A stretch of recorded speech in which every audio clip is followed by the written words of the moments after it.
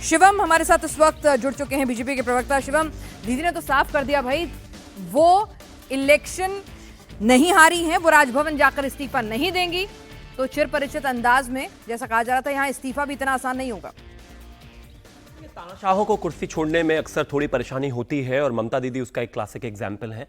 लोकतंत्र में बात करने वाले, लोकतंत्र की कहानियां गढ़ने वाले, संविधान को साथ में लेकर चलने वाले, आज स्थिति ऐसी आ गई है उनकी कि जनता ने उनको हरा दिया, लेकिन वो हिटलर शाही की जो मानसिकता है वो जा नहीं रही और कह रही हैं कि मैं राजभवन जाकर इस्तीफा नहीं दूंगी। आप मुझे एक चीज़ बताइए, आपके पास कोई डेटा नहीं, आपके पास कोई प्रूफ नहीं, आप जेड सिक्योरिटी होल्डर है, आप कह रहे हैं आपको पीटा गया, आप कह रहे हैं आपके कैमरे बंद कर दिए गए, आपकी सिक्योरिटी आपके साथ है। कितना जनता को बेवकूफ़ बना सकते हैं? थिएट्रिक्स करनी है करिए, लेकिन अगर आपको लगता है कि इस लोकतांत्रिक देश में इस तरह की बातें बनाकर आप जनता को भ्रम में डाल सकती हैं या ऐसी स्थिति पैदा कर सकती हैं, तो माफ़ कीजिए, वो नहीं होने वाला है। पर फिर भी मैं यही कहना चाहूंगा कि लोकतांत्रिक मूल्य तो यही कहते हैं कि अगर आप हार गए, सम्मान के साथ हट जाइए। लेकिन क्या कहा जा सकता है, ममता दीदी का ये वर्किंग स्टाइल रहा है, वो ऑपोजिशन में एक अच्छी नेता साबित हो, ऐसी मेरी उनको शुभकामनाएं हैं। लेकिन क्या कर सकते हैं, ये दुर्भाग्यपूर्ण है कि जब आपको अपनी कुर्सी की इतनी आदत लग जाए, जब आपको उस सत्ता की इतनी आदत लग जाए कि आप जनता के हटाने छोड़िए, उखाड़ फेंकने के बाद भी इस स्थिति में हो, मतलब ये कोई बात है क्या? इलेक्शन कमीशन ने हरा दिया, चीफ इलेक्शन कमिश्नर को मैं जिम्मेदार मानती हूं, हम तो जीते हैं। विलेन है भाई वो, विलेन। मैं तो कहता हूं ना, अब मैं कहने लगूं खड़ा खड़ा के जी मुझे मुख्यमंत्री बनाया है बंगाल की जनता ने, दुख है इस बात का कोई ना, मेरे पास डॉक्यूमेंट है, ना सपोर्ट है, ना प्रूफ है, ना बात है, लेकिन मैं तो कह रहा हूं जी नहीं, मैं जो कहूंगा वही सही। ऐसे थोड़ी होता है ममता दीदी, ये तो कोई बात ही नहीं हुई कि नहीं ये तो मैं तो जीती हूं, अब कहते रहो मैं तो जीती हूं, नंबर दिखा दो भाई। इस तरह की बातों का कोई तर्क नहीं है। और मैं तो यही कहना चाहता हूं कि यह दिखाता है कि इन लोगों की मानसिकता किस स्तर पर पहुंची हुई है और पावर कॉरिडोर्स में किस तरीके की कितनी डेस्परेशन है कि कुछ भी हो जाए कुर्सी नहीं छोड़नी है। चलिए, तो अब कलकत्ता की सड़कों पर क्या नजर आएगा वहां पर, क्योंकि दीदी ने तो साफ कर दिया है। पवन नारा कोलकाता से हमारे साथ जुड़ गए हैं। पवन, दीदी साफ कह रही हैं कुर्सी नहीं छोड़ेंगी, वो तो हारी ही नहीं है, वो तो जीती है, तो फोर्सफुल डिफीट है, तो वो राजभवन जाके इस्तीफा नहीं देने वाली हैं। भाई आगे क्या कुछ ड्रामा अनफोल्ड होगा, क्योंकि यहां तो शुभेंदु की ताजपोशी की तैयारी भी शुरू हो गई है। देखिए पिनाज, जहां तक हमने समझा है, देखा है, जाना है, विधानसभा की एक तय ड्यूरेशन होती है। जब वो ड्यूरेशन खत्म हो जाती है, आपने कभी किसी विधायक को इस्तीफा देते हुए सुना है? मुख्यमंत्री विधायक दल का नेता होता है, ये परंपरा चली आ रही है इस्तीफा देने की।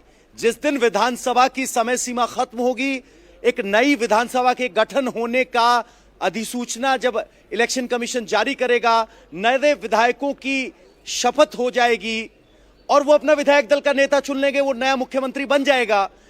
अगर ममता बनर्जी इस्तीफा नहीं देंगी तो क्या हमारे संविधान में, जहां तक मैं समझा हूं, मुख्यमंत्री को अपना कार्यकाल बढ़ाने का अधिकार नहीं है।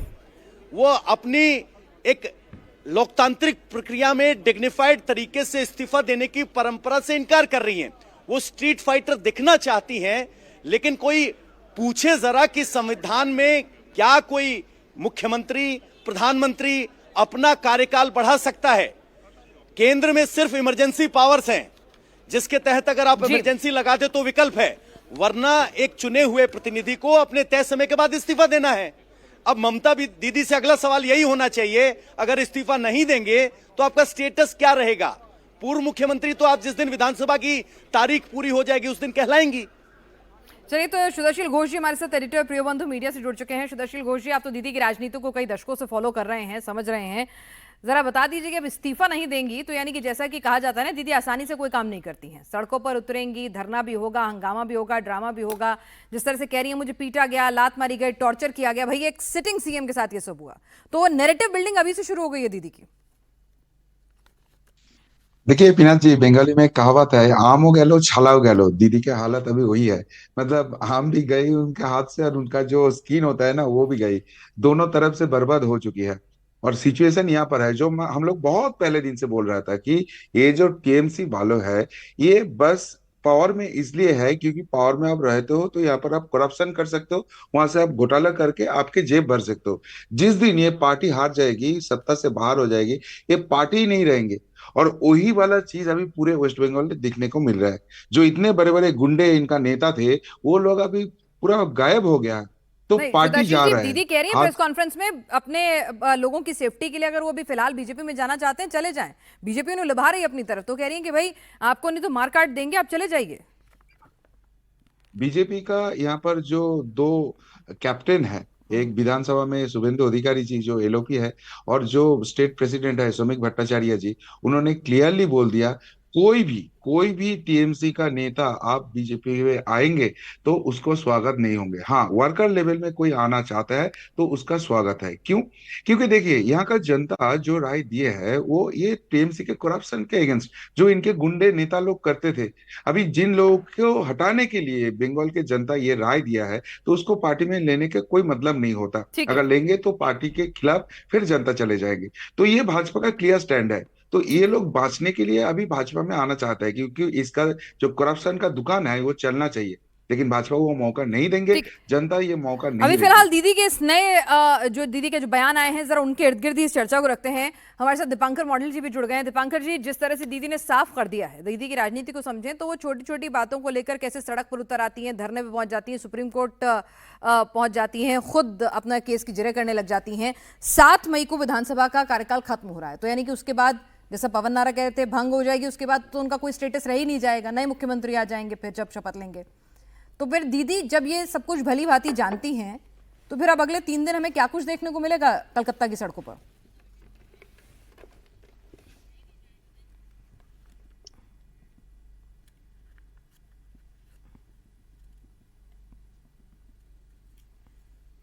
दीपांकर मंडल जी, आप सुन पा रहे हैं मुझे? ओह जी ओके ओके, अभी सुनाई दे रहा है। जी हाँ, जी। देखिए पिनस जी, हम इंटरनेट में सर्च कर रहे थे, आपका नाम का मीनिंग है सूरज का पहला किरण। तो आप प्लीज आप लोकल जो करस्पॉन्डेंट है पश्चिम बंगाल का, उसको आप पूछ लीजिएगा कि यहाँ पर कैसे सूरज का पहला किरण आज कैसा महसूस कर रहा है यहाँ का लोग। तो देखिए, ये जो ममता बनर्जी है, इसको कोई कोई बूबू बोलते हैं, फूफा बोलते हैं, खाला बोलते हैं, उसका भाईपो को कोयला भाईपो, सोना भाईपो, बाली भाईपो ऐसे बोलते हैं। सभी लोगों को पता है। आप कहाँ से, आप दिल्ली से शायद ये स्टूडियो में बात कर रहे हैं, यहाँ का माहौल आपको पता नहीं चलेगा। तो यहाँ पर एकदम जो सूरज का पहला किरण, जैसे हम बोल रहे थे, आपका नाम का मीनिंग है, यहाँ का जो आज का जो सुबह है, आज से पब्लिक का मन में इतना सारे खुशियां है, पूरा मानो कि उत्सव मना रहे हैं सभी लोग उसका पार्टी का। आप पिना जी आप देखिएगा, स्टूडियो जो दिखा रहे थे आप प्रेस कॉन्फ्रेंस, वो स्टेट का जो प्रेसिडेंट है वो कहाँ गया है? सुब्रतो बक्सी कहाँ गया है? सुब्रतो बक्सी कहाँ है? उनके पास जो बैठे हैं जो प्रेस कॉन्फ्रेंस में ममता बनर्जी का, जो शोभन देव चट्टोपाध्याय और जो बॉबी हाकिम, जो मिनी पाकिस्तान बोलते हैं इस पश्चिम बंगाल को, तो वो लोग कैसे जीता है? जो जब वो दीदी या पीसी, खाला, बूबू, फूफा ये जो बोलते हैं कि ईसीआई ने हरा दिया, मीडिया ने भी हरा दिया, ऐसे भी बोले, आप ध्यान नहीं दिए होंगे शायद। उन्होंने बोले कि मीडिया ने भी साबोताज किए हैं और ईसीआई ने साबोताज किए हैं, उसको लात मारे हैं। कल बोले थे, एकदम ऑन कैमरा बोले थे, उनको लात मारे हैं और भाईपो को कल थूतू दिया गया है, ये भी आपको शायद पता होगा।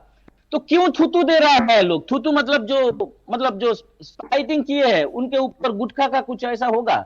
हम देखे नहीं है, हम भी काउंटिंग हॉल पर थे, कोई भी उसको लात नहीं मारा, लेकिन उनका एक ऐसे पॉलिसी है, वो ऐसे सीन क्रिएट करते हैं, कोई भी लात नहीं मारा। हम खुद थे उधर भवानीपुर का, जहां काउंटिंग हो रहा था, जो Sakhawat memorial girls school government school है वहां पर हो रहा था। और देखिए, आपका क्वेश्चन क्या था?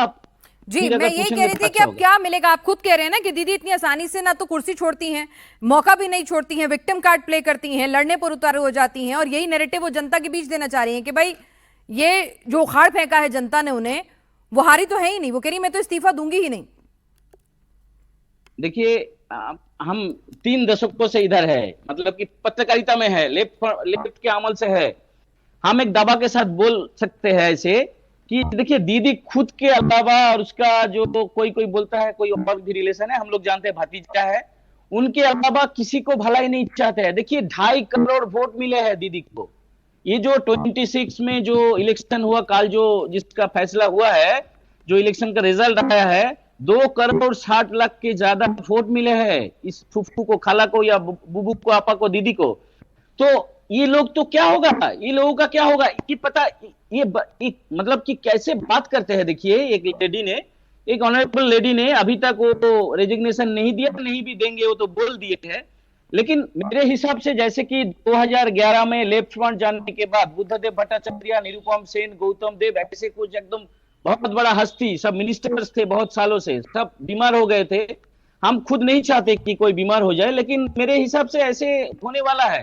वो कालीघाट 30B हरीश चटर्जी स्ट्रीट के घर के अंदर वो कैद हो जाएंगे, भाईपो उसको कैद कर देगा शायद। देखिए पुलिस का जो जैसे था, उन लोगों का जो काफिला पूरा रास्ता ब्लॉक किया हुआ था कल तक, आज सुबह से हरीश चटर्जी स्ट्रीट, मतलब कि कालीघाट में जहां पर रहती है ये जो लेडी, वहां का रास्ता साफ हो गया। भातीजा का जो बॉम्ब स्क्वाड का जैसे वाहिनी था वो भी हटा लिया गया कोलकाता पुलिस की तरफ से। आहिस्ता आहिस्ता पूरा पुलिस फोर्स Z+ तो नहीं रहेगा, 2 कांस्टेबल रहेगा शायद। तो 2 कांस्टेबल क्या कर सकेगा, वही जो थूथू है, लात है, ये बढ़ेगा और इसके डर से ये लोग घर में घुस कर रहेंगे, घर से नहीं निकलेगा। और भतीजा बाहर भी जा सकते थे, लेकिन मेरे जो चलिए, तो आप कह रहे हैं कि यहाँ पर दीदी अभी सड़कों पर उतरने की बजाय ये सब कुछ यहाँ पे एक मेलोड्रामा जो है पूरा का पूरा अनफोल्ड होगा। श्वेताशील घोष जी, आपका एक्सपीरियंस क्या कहता है, अब क्या देखने को मिलेगा? दीदी नहीं जाएंगी या फिर आज आवेश में कह दिया, अभी ताज़ा ताज़ा हार है, अभी थोड़ा और 24 घंटे बीतेंगे, थोड़ी ठंडी होंगी तो फिर कहेंगी चलो ग्रेसफुली दे आती हूँ इस्तीफा। वैसे भी जब 7 मई को विधानसभा भंग हो जाएगी, कार्यकाल खत्म हो जाएगा, तो फिर बचूंगी तो सीएम फिर भी नहीं, या फिर अभी कुछ और सड़कों पर बयानों में पूरा मेलोड्रामा दिखना बाकी है, एक्शन बहुत होगा? इन लोगों को सड़कों में उतरने का अभी हिम्मत है ही नहीं। ठीक है। जो बोला ना, जो इनका गुंडा नेता था उसको अभी दिखाई भी नहीं दे रहा है। छोटे छोटे नेता छोड़ दिए, बड़े बड़े जो मंत्री थे सारे गुंडे अभी घर में घुस गए हैं। तो रास्ते में सड़क में उतरने का इसका हिम्मत नहीं है, दांत नहीं है। बट अभी पार्टी को रखना है, दिखाना है, हाँ हाँ कर रहा है। क्योंकि अभी जो सिचुएशन हो गया है, जो न्यूज आ रहा है, बहुत सारे MLAs, बहुत सारे जो MPs है, वो ऑलरेडी बीजेपी को कांटेक्ट कर रहे हैं ज्वाइन करने के लिए। लेकिन अभी भाजपा वाले क्लियरली बोल दिया, कोई भी नेता नहीं चाहिए। कोई वर्कर आ रहा है, कोई सपोर्टर आ रहा है, दे आर वेलकम। वो पार्टी को जाने माने उसके साथ चले, बट कोई नेता नहीं है। तो टीम को, पार्टी को इकट्ठा रखने के लिए दीदी ये बयानबाजी कर रहे हैं, बट इसका कोई वास्तव का भित्ति है ही नहीं। और सबसे बड़ी बात है जो भाई शिवम भाई बोल रहे थे कि आपके पास कोई प्रूफ नहीं है। और ये जो मेलो ड्रामा है ना, ये ममता बनर्जी कंटिन्यूअसली करती जा रही है और इतने दिनों से उसको सक्सेस मिला, तो लग रहा है कि इस बार भी मिलेगा। बट ये मेलो ड्रामा बंगाली ने खत्म कर दिया। बंगाली हिंदू ने दिखा दिया दरवाजा कि आपका ड्रामा नहीं चलेगा दीदी। तो फिर भी अगर ये ड्रामा कर रहे हो तो लोग इसका मजा बना रहा है, इसको जो ट्रोल हो रहा है, मीम हो रहा है, उससे ही इसका इफेक्ट है। इसका पॉलिटिकल सीरियसनेस कोई इम्पैक्ट नहीं है और 7 तारीख के बाद उसको जाना ही पड़ेगा। अगर नहीं जाएंगे तो जनता ने दीदी उल्टा ये सब करना दीदी की इमेज के लिए डेंट ही लगाएगा कि भाई आप अच्छे तरह से ग्रेसफुली हार्ट स्वीकार नहीं कर रही हैं। घिसट के और नवान्ने से निकालेंगे जनता, जैसे लात मार के भगाया ना। ये जो वर्डिक्ट है, ये जनता का वर्डिक्ट, कोई बस उसको हटाना नहीं था, लात मार के सबक सिखा के भगाया है। और इतना गुस्सा है लोगों पे, मैं सड़क में है, मैं फील्ड में हूं, मुझे पता है कि लोग अभी पकड़ पकड़ के मारेगा।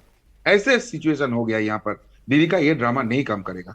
चलिए, तो ये सब कहने की बातें हैं, ये दीदी की थिएट्रेटिक्स काम नहीं आने वाली हैं, क्योंकि वो भी जानती हैं कि भाई यहाँ पर कुछ भी नहीं हो सकता, संविधान उन्हें इसकी इजाजत देता ही नहीं है। कार्यकाल खत्म होगा, जैसा पवन भी बता रहे थे, उसके बाद कोई औचित्य आपके पास, कोई हैसियत है ही नहीं ना अपना कार्यकाल को एक्सटेंड करने की, कोई दावा पेश करने की, तो कुछ बचेगा ही नहीं। तो ऑटोमेटिकली आप अपने पद से हट ही जाएंगी। तो फिर ये सब परसेप्शन की लड़ाई के लिए सड़क पर आप उतर नहीं सकती हैं, क्योंकि आपके पास ताकत नहीं है। और लोग जिस तरह से गुस्से में हैं, तो वो आपको सड़क पर आपके साथ चलेंगे, ऐसा नहीं हो सकता। उल्टा आपको हूटिंग हो जाए, इसके चांसेस ज्यादा नजर आ रहे हैं। दीपांकर मंडल और श्वेताशील घोष हमारे साथ 2 वरिष्ठ पत्रकार बैठे हुए हैं। शिवम, आपको तो दीदी धमका भी रही हैं, कह रही है हर दिन एक जैसा नहीं रहता, हिस्ट्री का काला दिन था, जब उनका वक्त आएगा तो बिल्कुल ऐसा ही करेंगे आपके साथ, लात है ना मारेंगी। वो आदरणीय गृह मंत्री जी ने कहा था एक बार कि हम इंदिरा से नहीं डरे, ये क्या चीज़ है। मैं सम्मान के साथ कहना चाहता हूँ, ये उस कॉन्टेक्स्ट में है कि नेता जो अलग अलग स्टैचर के, जिन लोगों ने तानाशाही दिखाई, हम उन हर दौर के हर समय के तानाशाह से लड़े। लेकिन यहां पर दीदी अपने ही इमेज को किस तरीके से तोड़ रही हैं, डिस्ट्रॉय कर रही हैं, खत्म कर रही हैं, आप खुद अंदाजा लगा सकते हैं। वो सिंपल चप्पल, वो सिंपल साड़ी, वो सिंपल गाड़ी दिखावा था जी।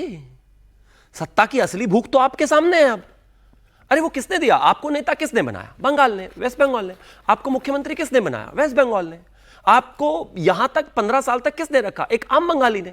आज उस आम बंगाली ने कहा कि कुर्सी छोड़िए भाई, साइड होइए, बाकी लोगों को मौका दीजिए। कहते नहीं मैं तो हटूंगी नहीं। वो तो भगवान का लाख लाख शुक्र है कि इस देश में संविधान है, वरना ये नेता तो जीवन भर कुर्सी ना छोड़े। हराने के बाद मतलब पूरी दुनिया के सामने जहां हजारों मीडिया हाउसेज हैं, हर जगह सीसीटीवी कैमराज हैं, स्थिति ये है, सब कुछ जनता देख रही है और जनता के हाथ में ही इलेक्ट और रिजेक्ट करने की पावर है।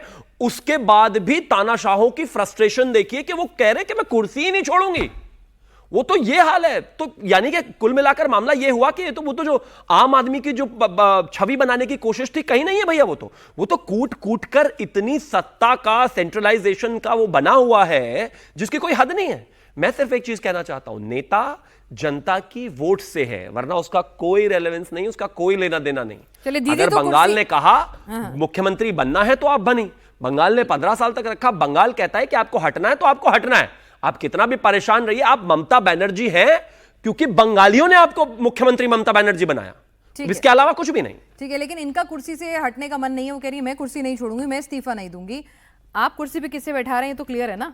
कुछ नाम अचानक से आ जाते हैं। देखिए, मैं तो भारतीय जनता पार्टी का एक छोटा सा कार्यकर्ता हूं और मुझे लगता आपकी है पार्टी, आप अपनी पार्टी को रिप्रेजेंट कर तो रहे हैं। मुझे लगता है कि मुझे तो इस बात का अख्तियार ही नहीं कौन किसको कहां बिठा रहा है, लेकिन इतना तय है कि सर्वसम्मति से जो भी विधायक दल का नेता चुना जाएगा वही बंगाल का मुख्यमंत्री होंगे, बंगाली होंगे, ये तय है। That's it. और मैं तो ये कहता हूं कि इस बंगाल को बहुत बहुत शुभकामनाएं। जिस तरीके की शानदार और खूबसूरत वीडियो आ रही हैं, जिस तरीके से लोग खुलकर जश्न मना पा रहे हैं, जिस तरीके से सारी विचारधाराओं को लेकर आगे बढ़ा जा रहा है, और जिस तरीके से एक और अच्छी चीज़ ये है कि कोई ऐसा मारपीट और ये दंगा उस तरीके की चीज़ें नहीं आ रही हैं। बहुत बहुत शुभकामनाएं बंगाल को। ये दिन बहुत लंबे समय के बाद देखने को आया है।